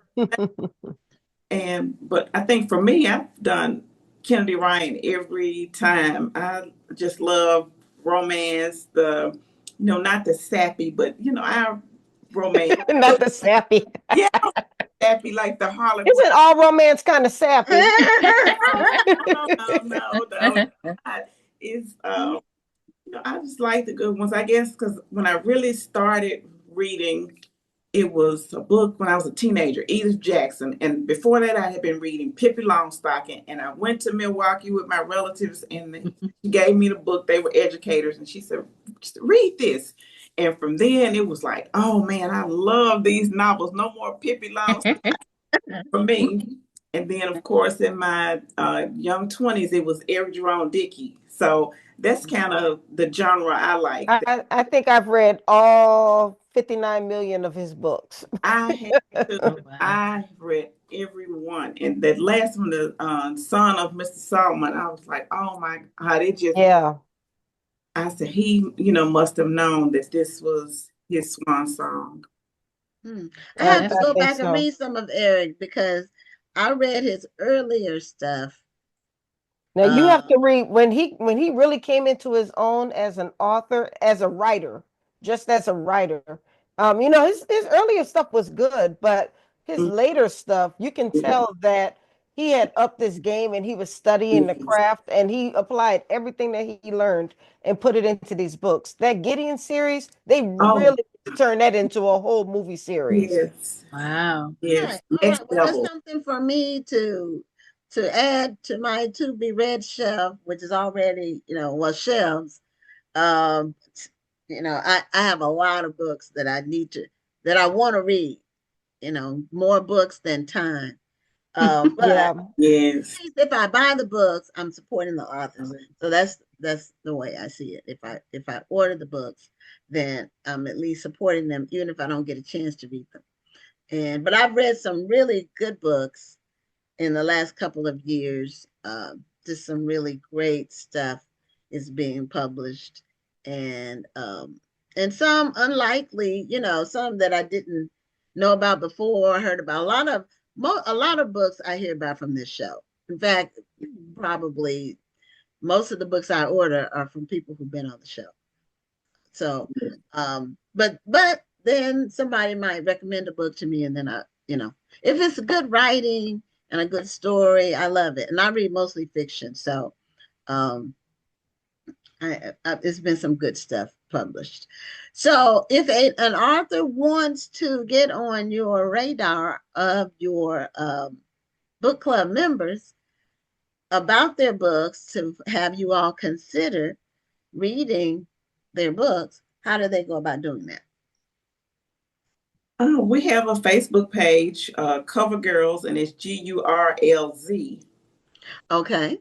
All right. So, and then do they DM you, or do they have to join the group? You have to join the group, and then how do they reach out? Or do you have open posting? Because most group pages don't let everybody post. You have to post. I'm not sure, Stephanie. It's private, yeah. Okay, that's most of the time. So you can just reach out to Tampia or myself and let us know. We'll be more than glad to. That'll be pretty cool. Right, love to read authors. Yeah. So, do you all select the books for the 12 months, like in January, and the whole year's is covered, or is it like as you go? How does your system work as far as book selection? We start in January, and we request that everybody has their book selection in to our secretary Annette by March, so that people can plan, and that helps with the cost as well. You can that's true. You can plan your and budget to get those books. So that's basically, it's been working. Sometimes people change. I've changed my mind, like, oh no, I've just read this and this was so exciting. I'm changing. We got to read this for book club, which is part of the fun for book club. Okay. Now, this time is the first time we chose to do, along with the book that we choose for the month, we chose to do a series. Sheila Bell, she have a series of books. So we read her books along with the book that we choose for the month. Oh, okay. Yeah, Sheila's been on the show. Okay. I don't know if she's been on more than once. I think she's only been on once, and it was kind of recent in the last. Oh wow! Okay. Our show is 5 years old. I didn't know if you all knew that. That's great. Did not know that. We're gonna tune in. Go back and watch some of the interviews. Yeah, we have a YouTube channel. Just watching the interviews. Yeah, you can spend a lot of time doing that. We are approaching having interviewed our 800th guest. Not 800th interview, but 800th guest. So YouTube will actually count as one guest. Okay. Toward our 800. We're at 781, Rhonda. I checked the other day. No, I'm sorry. We're at 791. Wow, that's awesome. So we'll be getting 800 before the festival. That is so great. Yeah, we've talked to and we've interviewed like people who publish books a lot. A lot of times we may have interviewed them once a year when they have a new release or something like that. But most of the people have only been on the show once, but there are some people that come on repeatedly, like the previous guest, Entice. She's a author and a publisher and a film producer. She's been on a few times. So it just depends. But do y'all recommend books? No, no. Well, we don't. Technically, we don't. Okay. What we do is we expose the audience to the books from the authors and let the audience pick. Now, we will, from time to time, talk about what books we're reading or which books we have. We usually do that at the end of the year or the beginning of the year. Yeah, we'll talk about the books we've read, and we'll recommend it like that, but not as a there are people that what they do is they talk about the books they read. That's like their whole podcast. Mhm. We let our guests tell the audience about their work and let the audience decide if they want to, because there's so many different authors putting out so many different books that there's lots to choose from. Yes. Okay. So have you had Daniel Black on? Not yet. We haven't Rhonda had is Daniel on yet. no, not yet, but he's coming. He's just a very busy man, though. You got to stay on top of him. Yes. I Yeah. just finished Don't Cry for Me last night, so I am. Oh yeah, that was a good one. I Oh, wasn't sure what to expect with that book. At first when I was listening to it, I was like, okay, this is like I didn't know what it was, but I didn't think it was a story. But it was really a collection of letters, but it wound up being a story, and you yeah. couldn't stop. I was listening to it on audiobook, and I'm up here cleaning my closet. And I never clean my closet from beginning to end, but I was in that closet hanging up clothes just to listen to the story. It was so good. Oh, okay. Yeah, I've read several of his books. I didn't read that one, but Read Perfect Peace. yes, I read Oh God. that was an amazing story too. Yes. Yes. I also read the book, I can't remember the title. It's the one that has the about the Middle Passage. Oh yes, I've got that in my It's a two-word title. It was very, very good, very, very well written. I probably read 5 or 6 of his books, but I haven't read the one Don't Cry for Me. I haven't read that one yet. Oh. So yeah. Yes, whenever you get a chance, it was great. Okay, yeah. So what are some of the books, your favorite books that you all have read lately? Now Tampia has mentioned several of hers, but Stephanie, you haven't really talked about yours. So what are some of the really the books that you really, really enjoyed? Well, when she mentioned her start on her book reading, when I was reading books in high school and college, I didn't really know a lot of Black authors. So like I would read Danielle Steele and Nicholas Sparks. And so every time I think everybody read Danielle Steele. Right. She has a gazillion books and they're all the same story. So if you read 3 of her books, that's it. You don't need to read anymore. That's what it is. Similar process. All the same. Anyway. Yeah. And the book that I had chose. What did Nicholas Sparks write? What did he do? I don't know. He got a lot of good books out, and a lot of them turned to movies. Yeah, a lot of his books were made into movies. He had one called The Notebook, I believe. Yes. Okay. I'm familiar with that. The movie. Yeah. I went to see one of his movies, and that thing made me cry. I was mad. I think that was the objective. It was the objective. I was just mad because I thought it was tough. I'm like, you're not gonna make me cry, and I cried. I had the option to choose a book for February, and it's called The House of Eve. Oh, that was I read that. I read that too. Sadika Johnson. Yeah, that was good. I enjoyed that. Yes, she's been on the show a couple of times. Oh, great! She was on with that book, and I think the one before, The Yellow Wife. Yes. Yeah, that's a good one. That's a good one. I hadn't read that one yet, so I'm going to read it. That's excellent. She's a good writer. She does good with historical fiction. So, wow. So what else have you been reading? Tampia, what are some of the recent ones you read? Let's see. Before Don't Cry for Me, I read Rashonda Tate. I read the Queen of Sugar Hill. The Queen of Sugar Hill. Yes. Okay. I got a recommendation from our who I call our historian of the book club, Charlotte. She said, "Oh, you got to read it." And I said, "It's been on my nightstand since it came out because I really like Hattie McDaniel." And I said, "It's on my to be read." And she was like, "Read it." And I read it, and I think I read it in like a day. It was great. Okay, yeah. Rashonda's been on the show several times, and she's been a featured author at the National Black Book Festival several times. And I've known her since she wrote her first book. Okay. When I had my bookstore years ago, we had a bookstore. We've known her since then. Her and Victoria and several other authors. Because when we opened our bookstore, like right when a lot of people were releasing books, and some of the people they're still writing now.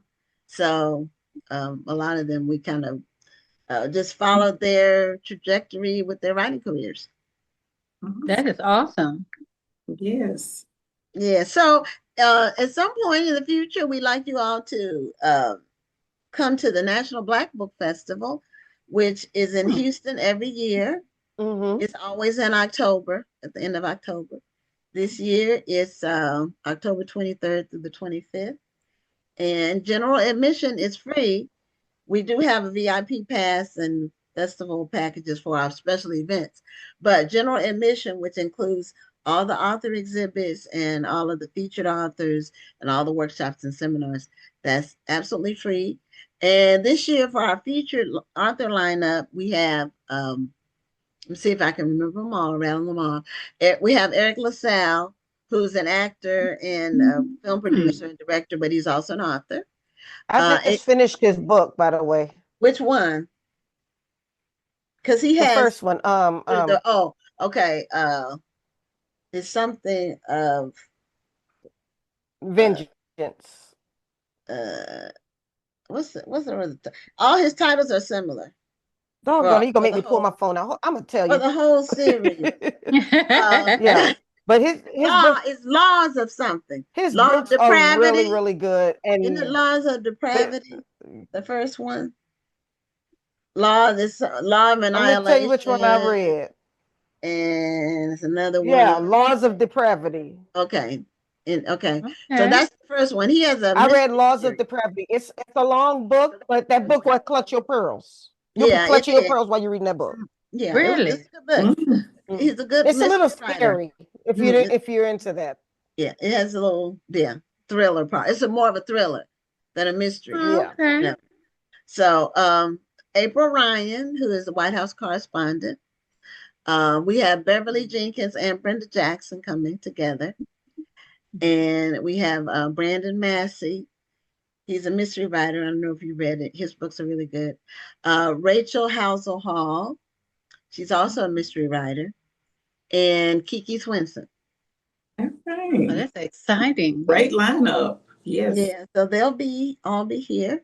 And we have a lot of book clubs that come. So if you aren't able to come this year, then maybe you all can plan for next year. It's October 22nd through the 24th next year. Okay, and this year is what date? October 23rd through the 25th. Okay. And we have over 100 authors that come and exhibit their books as well. Oh, yeah, that sounds awesome. From all over the United States, and they represent probably 20 genres. We have everything from children's to religious faith to horror. Oh, wow, that's exciting. Yes. So yeah, can you share that information with Tampia and she can share with us with the Cover Girl team, because somebody may be down that way anyway and want to participate. Okay, you might have family here or something. Yeah, we do. Okay. They'll be glad to see us. Yes. Yeah, it's the National Black Book Festival, and the website is nationalblackbookfestival.com. But I will send the information to Tampia and for you all to come to the event. So we're at the end of our time. Actually, we're a little bit over. I missed normally Rhonda reels me in and says to be at the end of our segment. So thank you all for representing Cover Girls Book Club. And we really for having us here. Yeah. Thanks for having us. We enjoyed it. Okay, and nice meeting you at the book club conference. Hope to see you somewhere in the future, either in Houston or back in Atlanta. Yes, sorry. Okay, have a great night. Have a good night. Thank you, ladies. Okay. Yeah, I didn't realize what time it was. Oh, I can't hear you, Rhonda. Rhonda, I can't hear you. I think you froze or something. Talk. Say something. I can't hear you. So let me bring the last guest on. And so we need to be able to hear you. So our last guest she's a bookstore owner to be, because her bookstore, I don't think is open yet, but it's going to open soon, I think. So her name is L'Oreal Thompson Payton. Her name's on the screen. And her bookstore is in Evanston, Illinois. And it's called Zora's Place, which I'm assuming is for Zora Neale Hurston. But it could be somebody she knows named Zora. So anyway, L'Oreal, welcome to Black Authors Matter TV. Thank you so much for having me. I'm really excited to be here. And you also are an author as well. So I don't really hear a lot about authors who open bookstores. I'm trying to think. Over the years, we've had probably 30 bookstores on the show. And I'm trying to remember, if Rhonda, she was having tech problems, so she's logging back in. But I'm trying to remember, and I'm wondering if she does, if there's an author that we've had on the show that also owned a bookstore or opened a bookstore. And I don't remember that any of them did. Do you remember, Rhonda? Okay, your sound's still off. We still can't hear you. We can't hear you. Well, anyway, what led you to want to open a bookstore? Yeah, it's been a dream for so long. I've often referred to it as my retirement dream. And if you see any of those Instagram memes that are like, the feminine urge to open a bookstore, coffee shop, and floral shop all together, and I've had several friends send that to me. What's that? I said you romanticized it. Yes. And we could talk more about that later. And yeah, I visited Cafe Con Libros in Brooklyn back in 2019. A couple of girlfriends and I who were in a book club together did a little book crawl in Brooklyn, visited, fell in love, and was like, yes, one day. And I had it all figured out, like 3-story brownstone with a bookstore, coffee shop on the bottom floor, community co-working event space in the middle, a yoga studio on top, because I'm also a certified yoga teacher. And it was just, I put it on the back shelf and it was like maybe someday. And then honestly, within the last, I would say like 6 months or so, there's been this like series of fortunate events where the opportunity has presented itself here in Evanston. There is a space called the Ox Wellness Collective that sits inside of a larger space called the Ox, and it's a Black woman-owned commercial space, about 25,000 square feet. I teach yoga there, and they had an empty retail space. And I had, again, driven around the neighborhood, thought of some, potential locations, but seeing this, having it nested inside of this space that already exists to promote Black mental health and wellness and physical health as well, it just was too good of an opportunity to pass up. And so the retirement dream became a right now dream. And as you mentioned, Gwen, earlier, it definitely is a reference to Zora Neale Hurston. And my favorite book is Their Eyes Were Watching God. I used to write for a publication called Zora back in the day. And so it just felt like if I'm going to open a bookstore here in Evanston that's going to honor Black women authors, I need to name it after like the mother of Black women authors as well. Well, yeah. As a former bookstore owner, you're probably fortunate that you found the space that you did. Yes. So you're not taking on a tremendous amount of overhead, because that overhead is like a beast that has to be fed every month. Yeah, I just saw actually before logging on, my friend Catherine at Grand Gestures Books in Portland. She opened the first romance only store in Portland. She's also a Black woman, and had posted a fundraiser for them as well, because exactly to your point about the overhead and the costs, and events aren't cheap, books aren't cheap, and it's just it adds up for sure. Yeah, nothing's cheap. It's a beast that has to be fed every month without fail. So, and what we did was we did the same things. We had space, we had events in our space. We started expanding our line of products that we were selling. So we were at the time that we had our store, there was, you know, you see trends cycle. You see things that are popular for a while and then they go out of favor with, it's almost generational. But when we had our bookstore, um, collectibles were very popular. Mhm. There were, Annie Lee had a whole line of, she turned her paintings into small collectibles, and there were other people with collectibles. So that was very popular. So we sold that. And then there were board games. There were a lot of Black uh, people manufacturing things. Yeah. At the time. And we started selling Greek stuff with the Divine Nine. And that brought in regular customers. So you might want to consider the D9 people, they spend money when those lines cross and for gifts. And they're not really that, the price point is not all that important. Yeah, they're very, very active here in Evanston. Our Wait, parade and it's festival. important now. I'm saying they don't try to nickel and dime you like with some other stuff. And it's not stuff they can just walk in Walmart and get. See, that's the other thing about the Greek products. They're not widely available everywhere. So that might be something you might want to consider. We learned, we had our store for 10 years. And and it was me and my husband working full time. So it was, our whole family was tied up in it. That's why I said it was bees that had to be fed every month. And we were selling online. So we were selling online first, then we opened the store. So it was, all of it was, and it was great. It was a great space. We had a great time with it. They kept raising the rent. They kept raising the rent. They kept raising the rent. And it just was too much. So anyway, so when do you open? Yeah, actually, our soft opening is next Saturday, September 6th. And we have a couple of congratulations.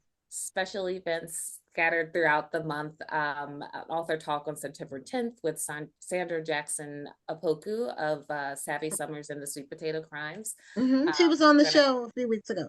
Oh, good. Nice. Yeah, I'm so excited to meet her. And story time on the 13th, we do a family story time and kids activities every second Saturday. A sip and shop with a friend of mine who is a wine expert and an author as well. And so we're doing all of these kind of in preparation and launch for a bigger grand opening in early October, but want to get people in the doors, have some events, and just, introduce ourselves to the community. Okay. Now, how big is Evanston? It's population wise 70,000-ish, I think, if I remember correctly. So not too big, not too small. Okay. And does it have what percentage of it is Black?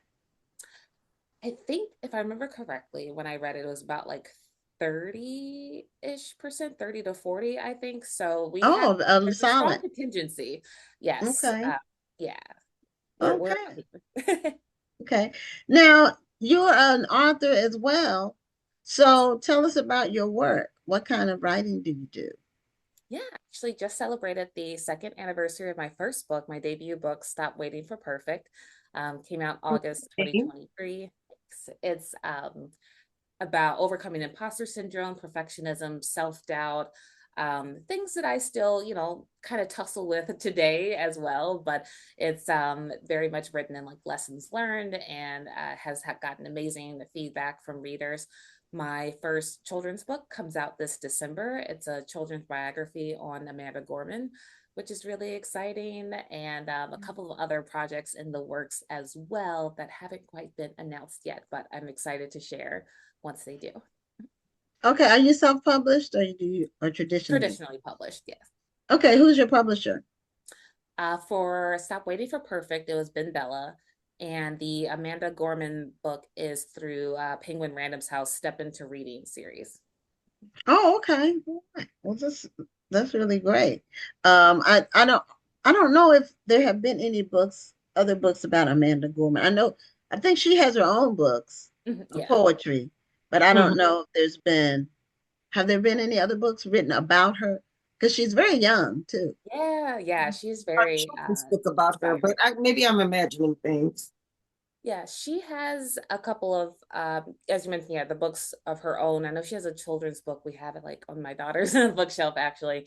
The one, The Hill We Climb, which the inauguration poem that was made into a book, and a couple of others, but I'm not sure about other children's biographies. Like this one is written for grades like 1 to 2, so it's definitely for younger readers. Okay. And who was the artist? Who did the art for the book? Oh gosh, Did I am blanking on her name. If you give me a second, I can actually find it. Or if you have do you have a copy of the cover? Since it's going to be out soon. Yes, it's And you can, it's on screen share. So if you want to show us the cover. Don't judge how many tabs I have open. Okay, well we won't because Okay. we just want to see the cover. We had somebody do a cover reveal a couple of weeks ago. Oh, that's cool. And it was great. Zora Okay. Freeman. Okay, so that's the picture of her from the inauguration. Yes. Right, I remember that. Mhm. That's great that they're honoring her in that way. Yeah, it's great. And since she's also published by Penguin, she looked over the book and gave her blessing. And so that's really exciting as well. Oh, okay, that's great. So, for your books, obviously your books are going to be in your bookstore. Yes. So, are you planning to focus on any particular types of books, or just basically, you know, a combination of everything? Yeah, the focus will primarily be on Black women authors, also non-binary femme authors as well, and rooted in sort of Black feminism, representation, equity, inclusion, all of that. The social justice element is very important.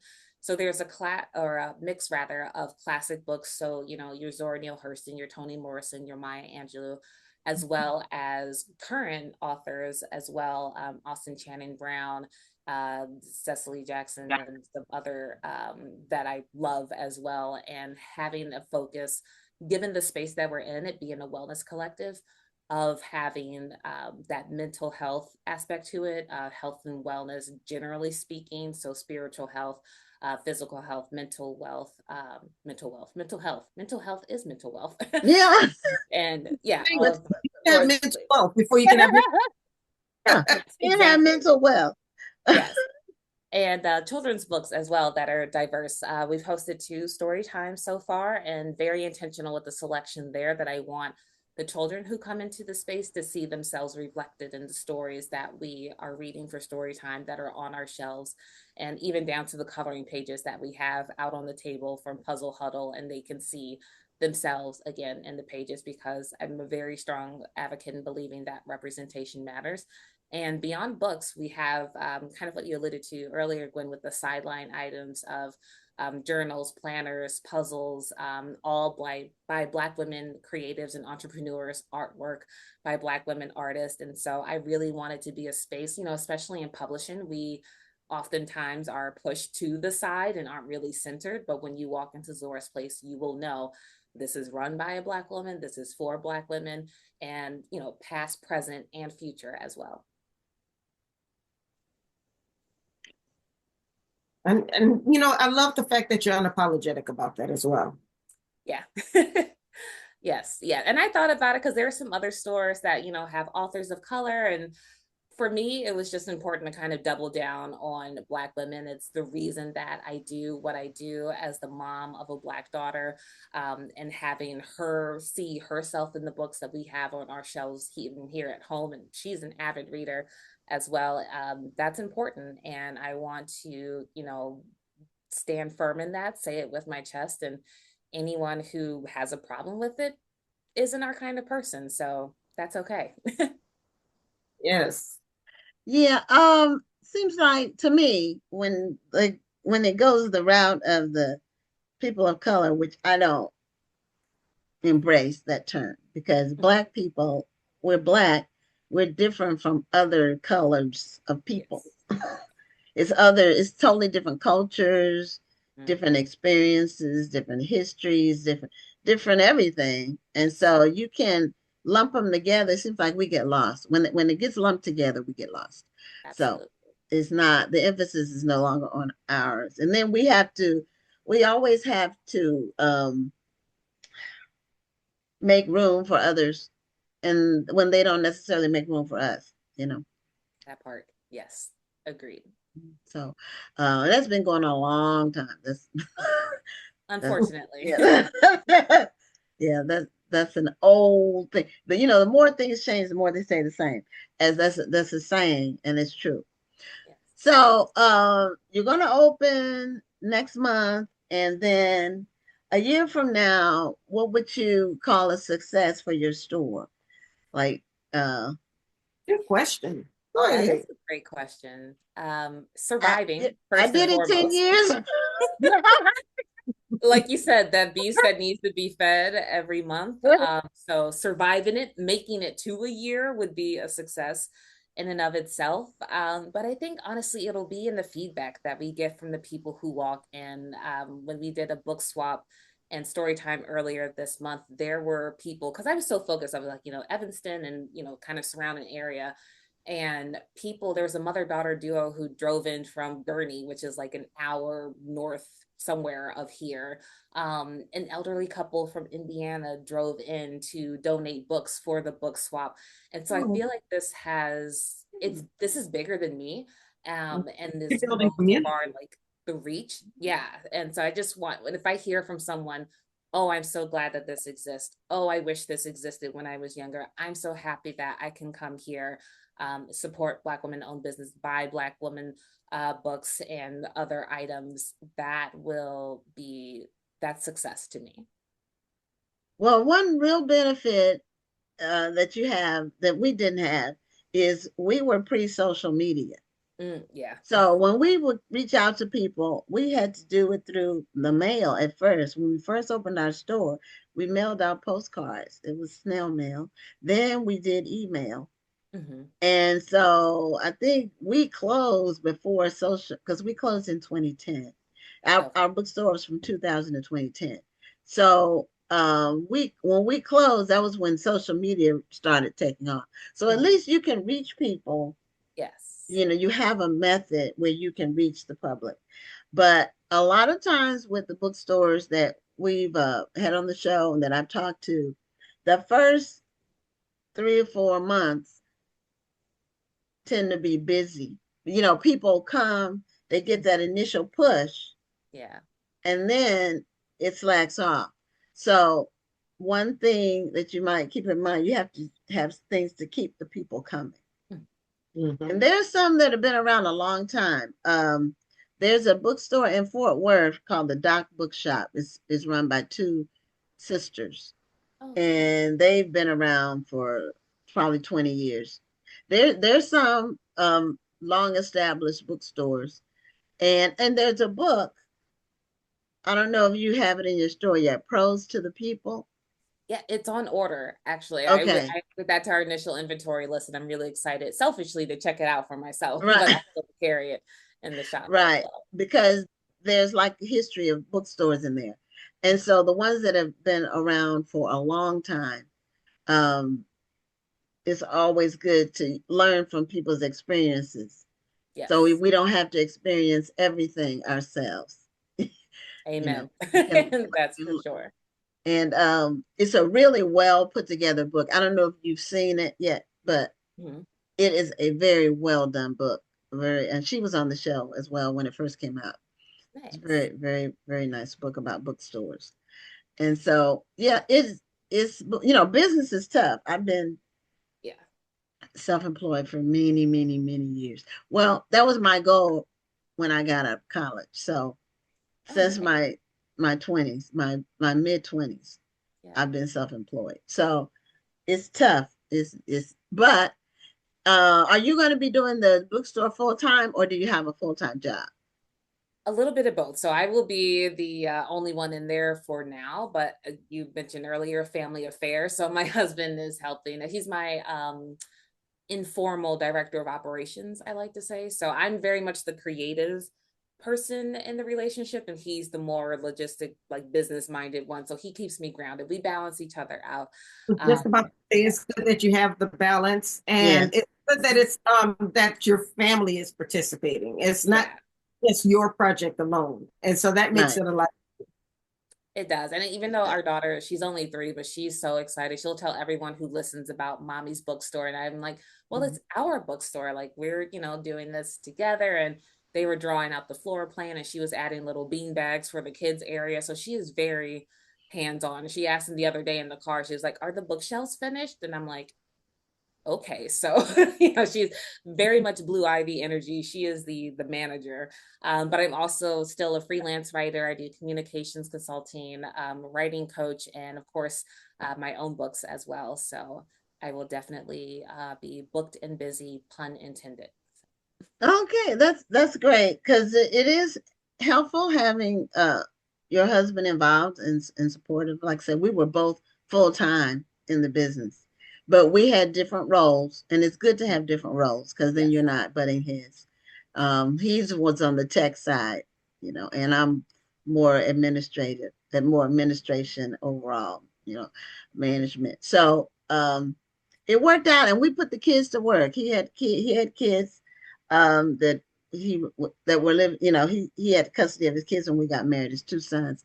We put them to work. I think they were 10 or 11. You can find something for small kids to do to earn a little money. They need to learn the value of $1. Exactly. I mean, that's true. I mean, and these days you have to teach kids earlier and earlier, because there are 6-year-olds becoming millionaires these days. Listen, hello, okay? Like, can I get a cut? Like, it's wild. Yeah. Well, when people come into Zora's place, what do their eyes focus on? Or what do you have like as the initial focus for when they first walk in? Yeah, I'm working with Janelle Young, is a Black woman muralist based out of Philly or Pittsburgh, but she's also in Chicago every now and then. So we've commissioned her to paint a mural against the back wall. So it's a pretty tiny space, about 500 square feet, long and narrow. So as soon as people walk in, it's going to be bright and colorful and vibrant, just really capture the vibe of the space, as well as this burnt orange sofa that I was insistent upon having in the space as well. I just wanted to feel warm and vibrant, and like walking into, like your rich auntie's living room, and you can just grab a cup of tea, take a book, sit down, relax, wander around, get lost, lose track of time, and just really enjoy. Very beautiful. That's the magic of bookstores, is to walk into a bookstore and feel like you're in a comfy living room. Mm-hmm. Exactly. So we are running out of time. So if you could take these last couple of minutes, just remind us when the bookstore is going to open, the location, and whether you're accepting more submissions, all the good stuff, all of the things. Yeah, you can find out everything at zorasplace.com, and we're also at Instagram at Zora's Place. Our soft opening is next Saturday, September 6th, and we have a full lineup of events that you can find on our website as well. We have a crowdfunding campaign that's still ongoing to help raise funds to get the bookstore up and running. And we welcome any support. Every dollar counts. And also invite authors to submit their books as well for consideration, and to stop by. If you're in Evanston, it's at 2223 Washington Street, nested inside of the Aux Wellness Collective. And we would love to have you. Well, I will definitely be reaching out, because I'm planning on being in Chicago. Yeah. I think sometime mid next month. So I would love to visit your beautiful location. Yes, I would love to meet in person. That would be awesome. Yes. Hey, well, thank you so much, L'Oreal, for being a guest on Black Authors Matter TV. Congratulations on your bookstore. And I'm sure it'll be a resounding success. Thank you so much. I appreciate it. And the words of wisdom as well, I receive. So thank you for paving the way, and thank you all for what you do. And thank you as well. Thanks. All right. Have a good night. You too. Take care. Bye. Bye. Well, this is the last show of August, and Labor Day weekend is coming up. So I hope you all have a good holiday weekend. It normally marks the end of summer, and so we are planning and looking forward to the National Black Book Festival in October, but also for next week's amazing lineup. We have a great lineup next week as well. Oh, next week, our show is all male guests. So we don't often have a night with all males. We have all females. But, in the book industry, the writing, it's more women authors. So next week, we have all men authors. So it should be a good night. Testosterone next week, y'all. What did you say? There'll be a bunch of testosterone next week. Oh, yeah. Well, it's all good, though. It's all good. Just remember that men have big egos. They need to be fed. So anyway, that's my wisdom for tonight. We'll see you next week on another amazing episode of Black Authors Matter TV. I'm Gwen Richardson signing off. And I'm Dr. Rhonda Lawson. Have a wonderful evening and a great week. Thank you for tuning in, and join us next Tuesday at 7 p.m. Central, 8 p.m. Eastern for another edition of Black Authors Matter TV.